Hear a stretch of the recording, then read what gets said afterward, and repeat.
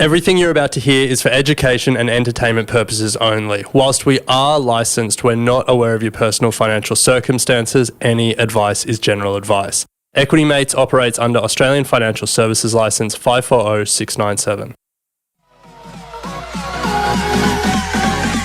Equity Mates! I will say this about investing. Everything you do learn is cumulative. What I learned at 20 is useful. Welcome to another episode of Equity Mates, a podcast where we explore what's possible in the world of investing. If you've just joined us for the first time, a huge welcome to the show. My name is Bryce, and today, as always, I'm joined by my equity buddy, Ren. How are you? I'm very good, Bryce. Very excited for this episode. We are speaking to someone who's quite famous outside of investing, but he has started his own fund. And he's investing in a way that's quite different to a lot of the investors we've had on. Exciting for a number of reasons, not the least of which because he broke my heart in 2006. We're speaking to former West Coast Eagles great and 2006 Premiership player, Carlton great, Brownlow medalist, Chris Judd. Yes, Chris Judd. And we should add, Ren, now director and portfolio manager of Cerutty Macro Fund, which is a long-onlys equity fund. Look, with a top-down macroeconomic approach. Yes, I think a lot of investors we speak to are very focused on bottom-up stock picking. That's certainly a very popular thing to say when you're talking about your fund in the media. That is not what Juddy is doing. He is all about top-down, looking at big macro events, be it decarbonisation and the green metals transition, be it US politics and what the hell's going on over there. Yes, yes. Be it some of the, the China rotation, global trade patterns. There's a lot of different ways to make money in the market, and from what we've been researching about what Juddy's doing, he certainly has a different view to some people we've spoken to. Yeah, it's going to be a fascinating interview. We're going to cover his journey from finishing football through to launching his own fund. And then unpack his investment framework, as you said there, Ren, a bit of a top-down approach, and then dig into some of the really big themes that are playing out and that he's actively investing in at the moment. So I can't wait. Now, this isn't the first time we've spoken to Chris. If you want to listen to the last podcast episode we did, we'll include that link in the show notes. That has more about his transition from footy to funds management. In this conversation, we're going to get stuck into the finance of it all. So, and before we go, we just want to say a massive thank you to Cerutty Macro Fund and Chris for supporting the live show that we did down in Melbourne. Epic night. A lot of fun. A lot of fun. And we hope you guys enjoyed it. And thank you, Cerutty Macro Fund, for making that happen. But Ren, without further ado, let's bring in Chris. Let's do it. Well, Chris, welcome to Equity Mates. Thanks very much for having me back on. I think maybe about 4 years ago was when I made my Equity Mates debut, so it's great to be back. I clearly remember it. Pre-COVID, I think. Must have just been pre-COVID, I reckon. Yeah. So, if not, we were right in the thick of it. A lot has happened since then. Yeah. Well, that's probably a good place to start. Before we kick into the fund and your approach to investing and investing philosophy, perhaps can you just talk us through the journey that you've been on from leaving footy to now essentially setting up your own shop? Yeah, so I guess my last game of competitive footy was almost 10 years ago. I left that and was lucky enough to get a gig as an analyst at a venture capital fund, which I did for about 12 to 18 months. And I guess I've been investing in listed equities since the age of 18. So whilst I was working at the venture capital fund on the side, I was investing a lot in listed equities. Might have seen 200 odd deals with that VC fund, had the ability to co-invest in any of them and didn't want to.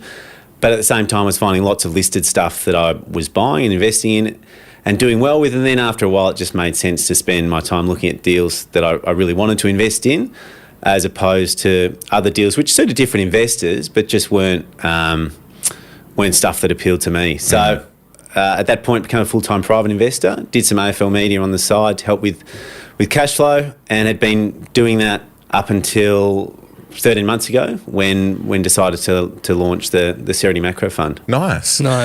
Investing since 18, so would have been all through football. Was that something your parents instilled in you, or what was the motivation there? Yeah, so my parents are sort of financially illiterate. They're smart people but have zero interest in money or investing. My grandpa liked investing, And so I think it was 16 when I bought my first shares, and that consisted of I got some money from the AIS for winning a football scholarship.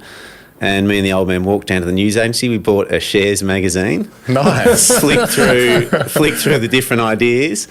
And then we were tossing up between Woolworths and AWA Group, which was a small sort of electrical OEM. And we bought AWA Group, and that doubled fortuitously. I think it's gone now. Well, I don't think it is no longer a listed equity. So we got lucky, and the rest is history. Wow. Yeah, I think Woolworths was $5 at the time, so we would have done a lot better with Woolies and the divvies over that time frame. So lesson learned. But that was the first experience as a 16-year-old, and I think I just loved the competitiveness of it. You know, there's a scoreboard with listed equities, and you're either right or you're wrong, and it doesn't matter if you've tried hard or if you're this. And I'm never one of those people that scream saying, "Oh, the market's wrong." The market's always right, and it's a game that you're able to play till you're very old, which appeals when you compare it to professional sport. Yes, yeah. I still remember when we first spoke, one of the things that I walked away with was your story that you loved investing so much, even when you were playing footy, that on the day of a game you couldn't read the business section because you'd be thinking about couldn't read investing. The fin review. That's right. Yeah. So this has been a long journey for you to get where you are today, running your own fund. So how has your investment philosophy changed from first buying AWA all through your footy career to now where you are today? It's evolved. So as a private investor, I loved, really micro cap opportunities where there's huge asymmetry. And what asymmetry means is the value of that stock can go to zero, but it can 10, 20, 30x potentially. And you can wear some big losers in that world if you do get things that 10, 20, 30x. And so that was how I was investing in a private capacity. And then that really changed a few years ago when I sort of got sick of dealing with the quality of management at that level and dealing with, promises about what's going to come as opposed to what actually does, and started putting a lot more value on broad market liquidity around that time too. So probably 3 years ago, started investing in both local stocks but investing overseas as well. There's some real anomalies about our market because there is such a huge amount of money chasing not that many different companies. So we don't want to buy supermarkets, but if we did, Australian supermarkets are just so expensive on a relative basis compared to all other supermarkets because they're a defensive position, and when super funds want to hide somewhere, that's where they go. So 3 years ago, started investing a bit more in large cap opportunities and overseas, and essentially the fund is an extension of that. So the strategy hasn't changed. I guess as a private investor, when things had worked really well in a period of time, I would take that money out and put it in property, and that felt like that money was sort of out of the game and safe. And I guess as a listed investor now, when we think broad market liquidity is tight, we want to go to larger cap opportunities that are producing a high amount of cash flow, so low PE type stocks. And then when liquidity is loose, we're happy to be in some smaller cap type positions or things perhaps which aren't producing as much cash flow. So rather than that idea of taking money out of the game and putting it in residential property, there's still that appreciation of what liquidity is doing, but it just changes the type of companies that we're investing in. Now, the last few years since we last spoke, I think we've lived through both extremes there. We've lived through very loose liquidity in 2020, 2021. God, that was a good time. Yeah. And then quite a tightening of liquidity 2022, 2023. Yeah. So I guess you would have learned a lot about that strategy and stress tested that philosophy over those years. What did you learn, and why is liquidity so important? We think liquidity is underrated by the average investor, and we think liquidity is what moves asset prices. And we think investors, not all investors, a lot of investors constantly just talk about the economy and what the economy is doing. But if you think back to that time you mentioned in COVID, and you think back to what happened in residential property, we had no migration. We had the biggest economic crisis since World War II. And property prices were ripping because interest rates were zero and liquidity was being stuffed down everyone's throats.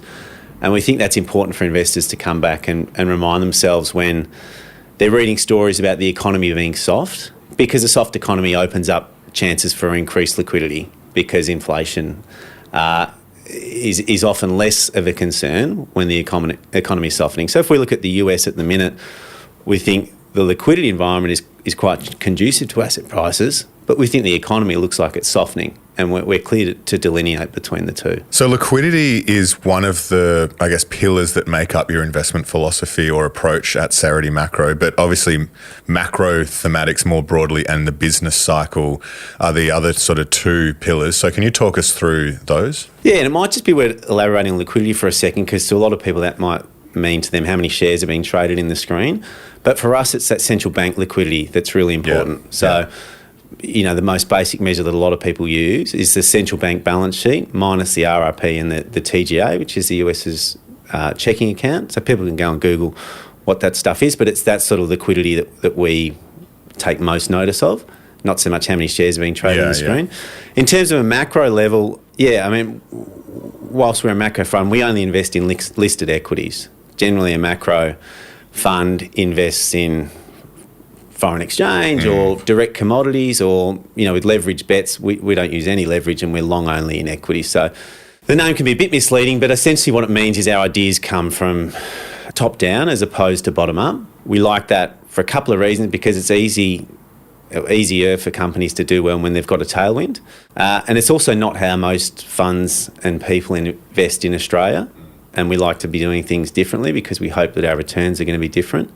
If you look at how funds get remunerated, they get paid when they outperform an index. So that's conducive to funds that are really good at bottom-up analysis, and they relative trade stocks in that index to try and get that outperformance. Whereas whilst we've got an index, a benchmark that we're trying to beat to earn performance fees, we don't even look at it in terms of how we invest. So it's a different model to how most funds invest. And the reality is that a fund, you can get a big performance fee if you're down 20%. Yeah. If your index is down 40%, that's a chunky performance fee, which people don't sort of think about that. Making money. That's right. And we just come at it by how can we make money, not how can we perform the index. My liquid capital is in the fund, so it's just highly unlikely any performance fee is going to outweigh the damage to my personal P&L as an investor in the fund if we're not trying to make money. So, that's how we view it. And then we certainly don't ignore the bottom-up analysis and the importance of management and economic moats and unit economics of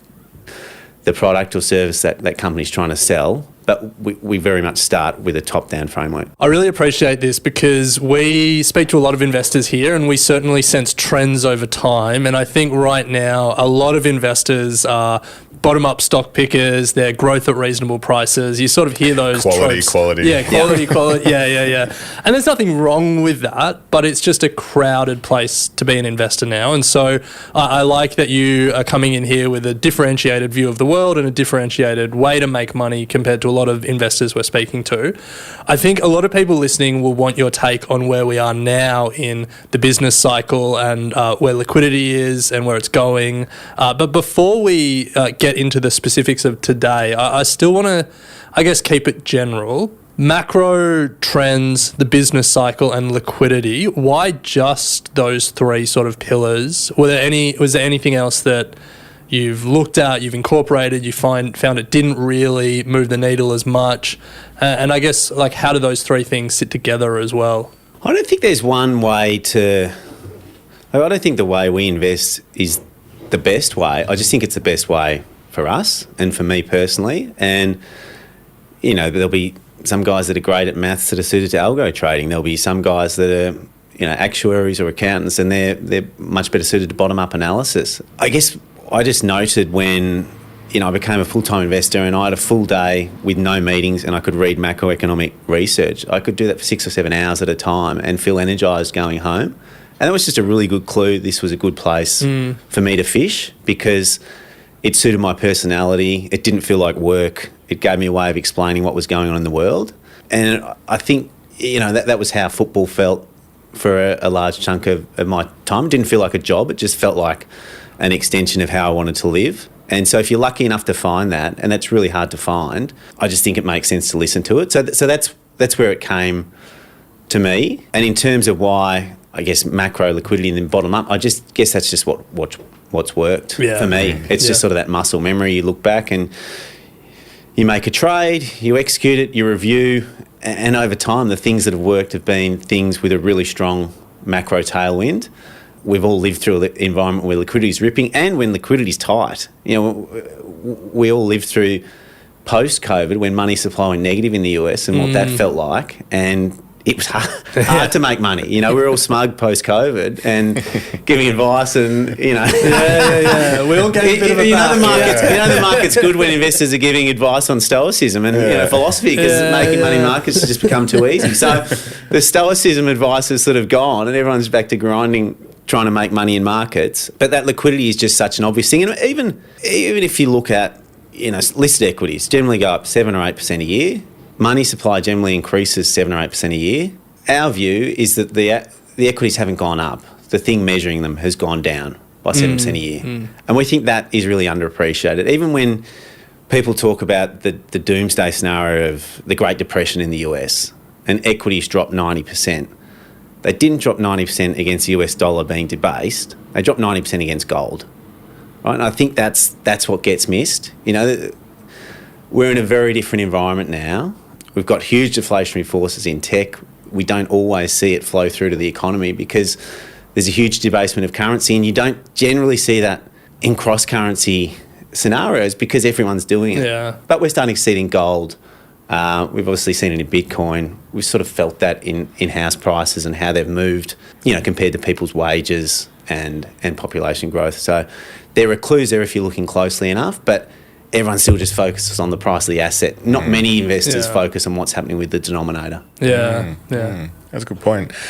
So when you're looking for a macro thematic and you've spent 6-7 hours a day reading about macro themes and how the world is working, what are the characteristics that you're looking for to truly say this is a meaningful thematic that I can invest in versus this is just a fad that is only going to last 18 to 24 months?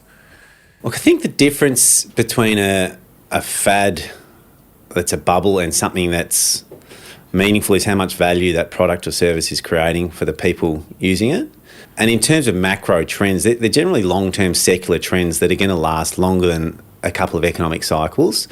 Not in a straight line, obviously, you know, but things that are going to be around 5, 10, potentially 15 years. And the last thing, and probably the most important thing, is if it's already on page 1 of the newspaper, it's too late. We can still be there. Like, we'd like to be early or on time. We don't want to be late.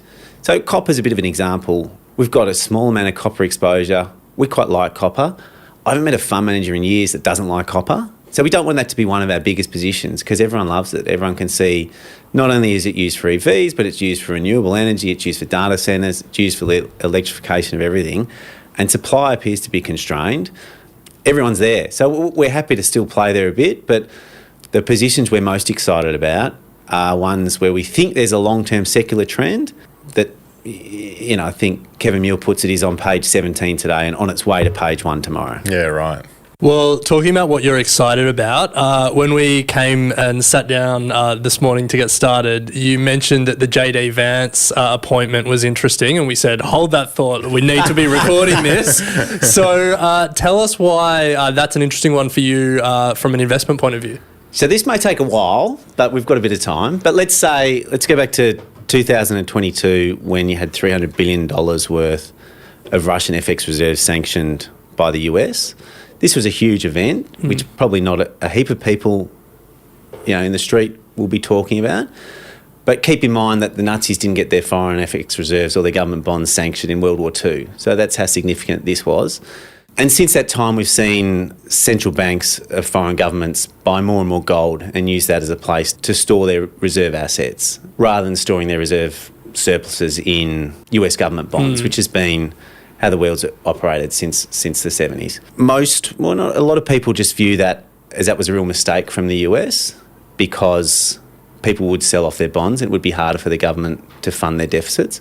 But we've found that hard to believe, and we thought at the time maybe the US is now in a space where they think a hot war in China is possible in the next 10 years, and they also realise it's going to be hard to win a hot war if you can't manufacture your own products.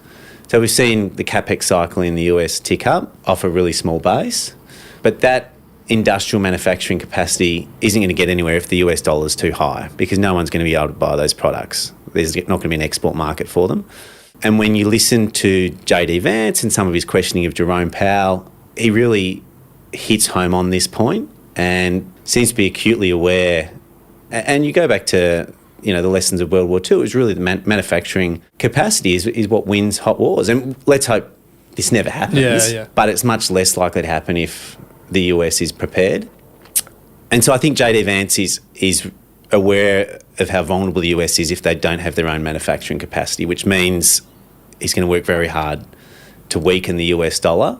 And we know Trump's spoken about the US dollar being too strong as well. Mm. And we think it can be hard for countries to strengthen their currency, but if you're desperate enough to weaken it, we think they're able to do that. So we think that's got a lot of implications. So one being, if we're no longer in a world where countries like China store their surplus and excess reserves in government bonds, but if they choose to buy that, to store that in gold, that's a different world to the one we've been living in. And it also opens up the ability, which is what we've seen, where countries are starting to buy commodities in their own currency instead of in the US dollar, albeit small but growing.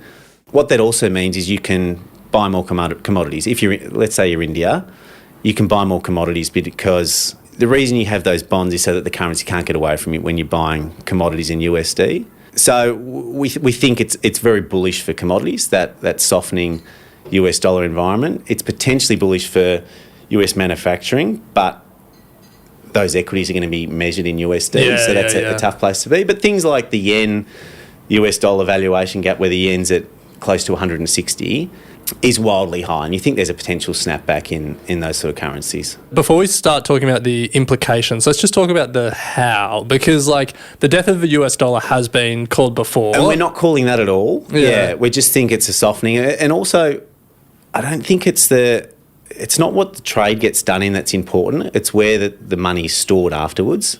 Okay, yeah. So if you're using a currency, let's say you're buying $2 million worth of grain and you buy it in US dollar, we don't necessarily think that's going to change, but it's after you've done all your trading and you've got a surplus of X US dollars, it's where that gets stored. What's the reserve asset? We think that's what's really interesting and important. And more that's becoming gold. Yeah, okay.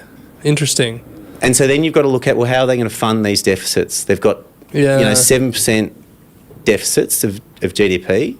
So how are you going to fund a $2 trillion deficit if countries like China and Russia aren't allowed to buy your bonds? What's going to happen there? So there's some really interesting long-term questions. Yeah, I mean, massive.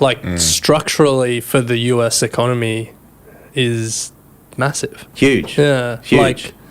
So we think to ignore that at your own peril. I mean, everyone talks about the different bubbles we've had. When the crypto springs to mind, or, tech stocks. No one talks about the bubble in government debt. Yeah. We had $18 trillion worth of negative yielding debt only a few years ago. I find it hard to even compute that you can have negative yielding debt. Yeah. It's so weird. Yeah. Imagine putting your money in a bank and paying for the privilege. But there was $18 trillion of this stuff. And that's what led to all the other bubbles. If they were to debase the currency, one way to do it would be to get the Fed to print a lot. And based on, what you're talking about before about liquidity, that would be good for growth assets for a time being at least. So if Trump and JD Vance get elected, are we going to go back to 2021? Is that the start of the thesis? I don't know. I think the other thing you had then was you had zero interest rates, and I don't think we're going back there. I think if you look at tariffs, which are a big part of their policy, are inflationary. Yeah. Bringing onshoring manufacturing capacity is going to be inflationary. So I think the idea that rates are going back to zero is hard to see, because that was a world where you had really tight fiscal spending and really loose monetary policy. This is pre-COVID years. And then you had loose monetary and loose fiscal post-COVID. So I think that's hard to... And I don't think it'll be the exact same. So I'm not sure if you followed the Fannie Mae and Freddie Mac. They're the two big sort of companies involved in mortgage providing the US. They've just opened up a proposal where US homeowners can get a second mortgage on their home and redraw that. But the thing about US mortgages that are interesting is when you buy a home in the US, your interest rate's fixed for 30 years, which you would have heard about, which is very different here. Yeah. But you can redraw it at that same rate. At the rate you fixed it? Yeah. That's not bad. So That's these right. people on 2%. So That's right. So when Is that a new thing? Yeah. So that's Because they realise no one's going to go out and take another mortgage if you're at 2%. They don't not want to go and take another or is that 6. what QE looks like next time around? So the idea that it'll just be the same type of program, I think it'll be you get the same liquidity effects, it'll be done differently. Yeah. Wow. Okay. So that won't technically be on the central bank's balance sheet, it'll be on Fannie and Freddie Mae's balance sheet. Or will you have, they've changed sort of the SLR rules when commercial banks in the US buy bonds, where that changes their reserve ratios, and essentially they can buy as many government bonds as they want without punishing their reserve ratios. So that's another way of getting liquidity in. So I think the liquidity will come. I just don't think it will be exactly the same as what QE was. Yeah. And I think that'll be, that'll assist with a weaker USD policy. God, it's so fascinating because even though I'm thinking about there will be like cross-cutting policies, because on one hand, like the administration would want a lower USD, but because they want to put a 10% tariff on everything, a 60% tariff on goods coming from China, and onshore all this manufacturing, inflation will be higher, and so the Fed will be raising rates, and then that will have generally, if you're raising rates, it's good for your currency. But then unless you get into sort of a yield curve control environment, which is extreme. But I mean, the last time debt to GDP was this big in the US was post World War II, and that's what they did. Yeah, they just capped yields, and inflation ripped, and then eventually over what was it, about a 30-year period, the debt to GDP ratio was fine just because it had been inflated away. Yeah, there's not many parallels that we have to this level of debt to GDP. No. It's really unique. Another very abstract idea around who's going to buy the bonds, because I think that's really important, is, an appreciation of stable coins in crypto markets.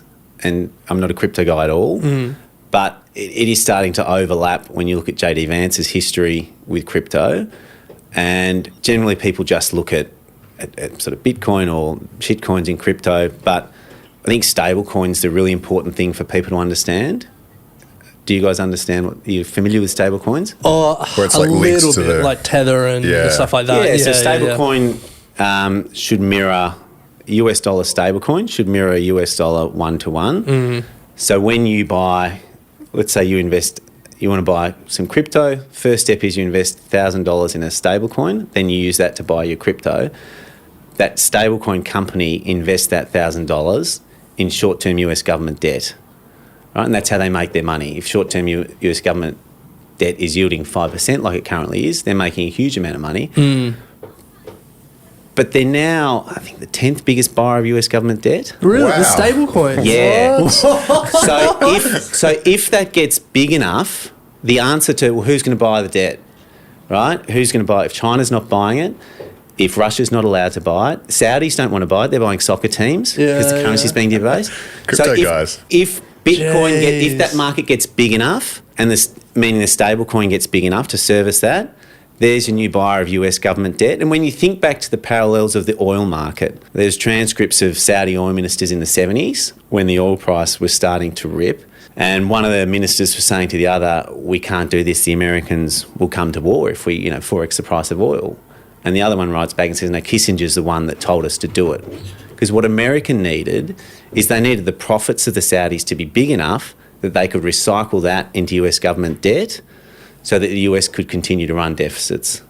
Right. Because that was the arrangement. You make profit off the oil we pay for, you recycle that into our government debt, and that keeps going. So that's the world we've been living in. That world's ending. Right? So what comes next? And this is a bit harebrained and not great to talk about when you're an equities investor, because people go, you guys crypto bros? And I'm no, we're equity guys. But these are the sorts of things that you wonder with a VP like JD Vance, the murmurings Trump's been making about Bitcoin and crypto, if stable coins are going to play that role of... And they don't buy long-term government bonds, they only buy T-bills, short-term government bonds.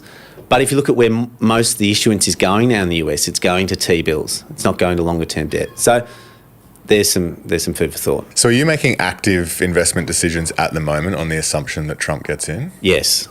Yeah. Nice. Has that been the thesis for a while, or has recent stuff emboldened that? Well, I guess JD Vance is only recent, so... Yeah. I think we had we just didn't buy... we had a thesis that the US dollar would be weakened, not dead at all. So we're not those guys. Yeah. But we just thought it would weaken just because it sort of needs to for the world to thrive. Everyone's debt is in USD. The economies all around the world, they struggle to thrive if the US dollar is too strong.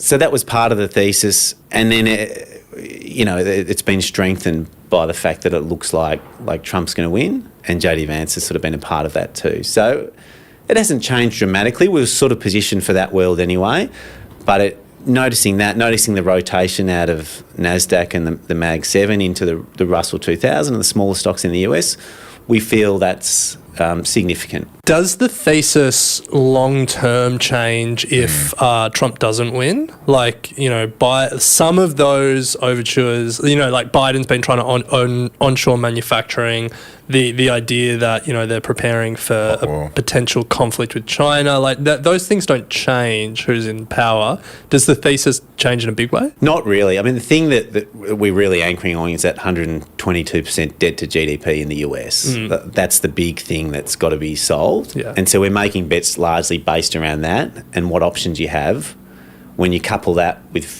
fiscal deficits of 7% of GDP a year.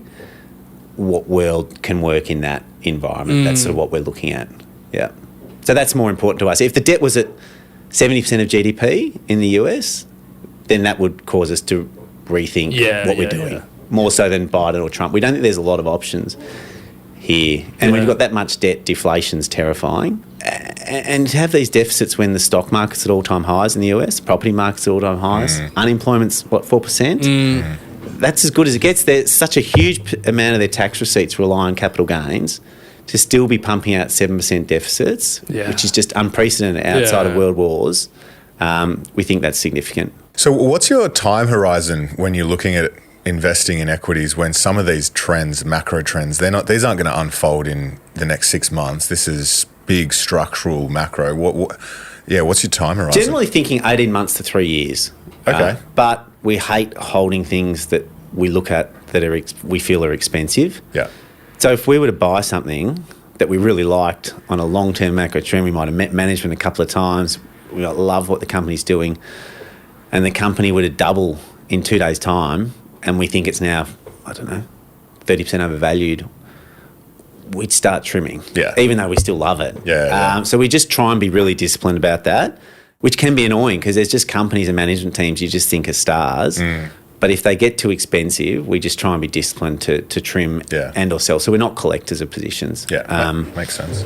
But when we go in, it would be an 18 months to 3 year time. But there's times when we're buying stock as we're doing DD, and we might buy a stock because it can be hard to get, and it's often a race. You're racing against other fund managers to get, or other investors, to get that stock. We can be buying and 2 days later discover stuff we don't like and then sell. So the mindset when we're entering a position is we should have this for 18 months to 3 years, and if there's still more to follow, hopefully we hold it for 10 years. And so are you investing across asset classes with some of these theses, or just listed equities? Just listed equities. We don't short. We're long only listed equities, but we can invest.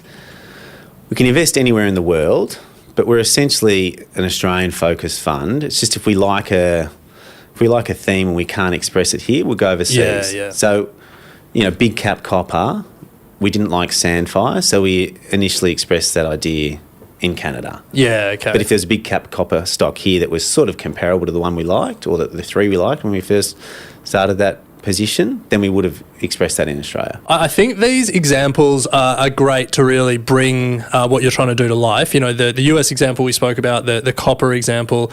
Is there an example here in Australia that you think sort of brings what you're doing to life?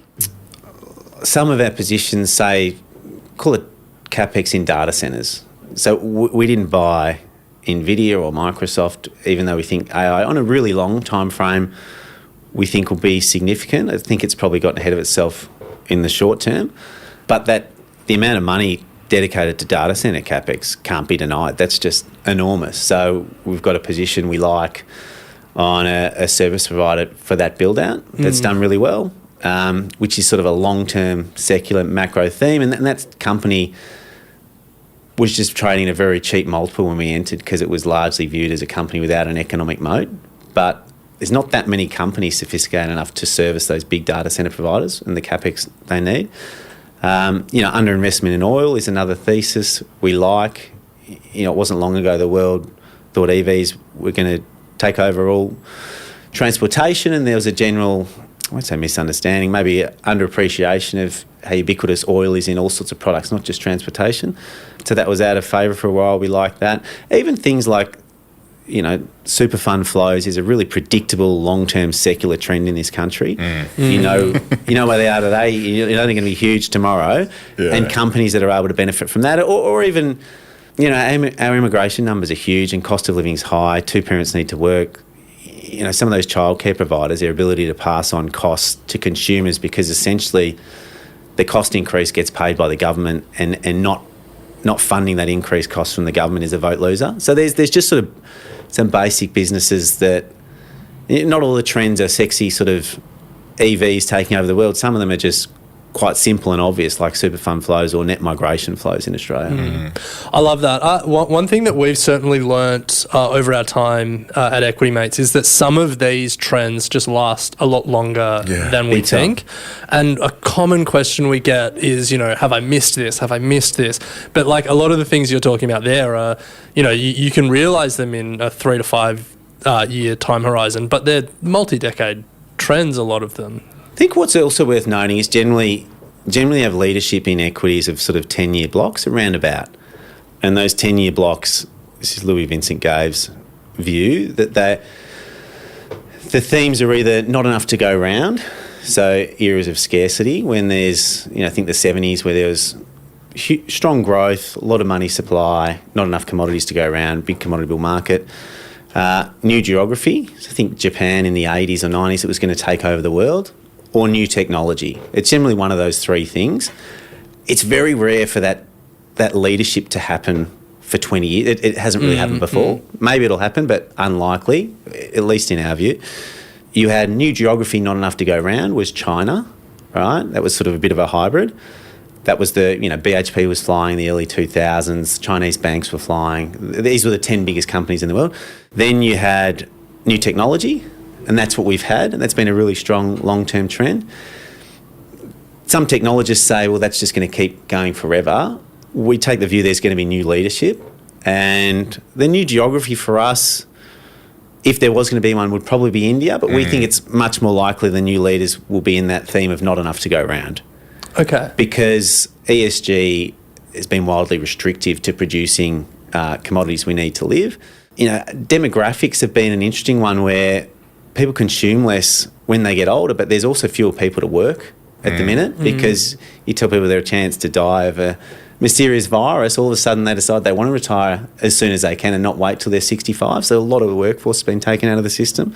And we just think a lot of the red tape policies now are restrictive to abundance. And that's I guess where we think the next bubble will be in those stocks that service the not enough to go round theme. And that doesn't just mean commodities. Yeah, that's where we think the most interesting place to fish is at the minute, rather than chasing the leaders of yesterday, which has clearly been technology. You said that there was a thinker or an author that wrote about that. If people want to read Louis more. Vincent Gave from GavCal, that's his sort of thesis. And if it's pretty well known, if you just go through the 10 biggest companies, Aramco, the Saudis' nationalised oil company, and ex-Berkshire, who have they been? It just paints a really clear picture each decade. There is leadership change, and it is it's a pretty compelling thing to look at. So that'd be a good thing for people to check out. Nice, yeah, that's good. Well, Chris, that brings us to the end of today's episode. Thank you so much for coming up to Sydney and speaking with us today. We certainly appreciate it. If our audience would like to find more about the fund, where can they go? Thanks, guys. Yeah, they can go to ceruttymacrofund.com.au, and there's all the info there, and we've got some monthly reports that people can read and get an insight to how we're seeing markets. Yeah, the reports are quite interesting. So if you want a bit more of a deep dive on the macro themes that the guys are looking at, then they're all available online. We'll put a link in the show notes. But absolute pleasure to have you back on again. Really appreciate it. Thanks, Chris. Awesome. It's good fun. Thanks, guys. Thanks, Chris. You have been listening to an Equity Mates Media production. In the spirit of reconciliation, Equity Mates Media acknowledges the traditional custodians of country throughout Australia and their connections to land, sea and community. We pay our respects to their elders past and present and extend that respect to all Aboriginal and Torres Strait Islander peoples today.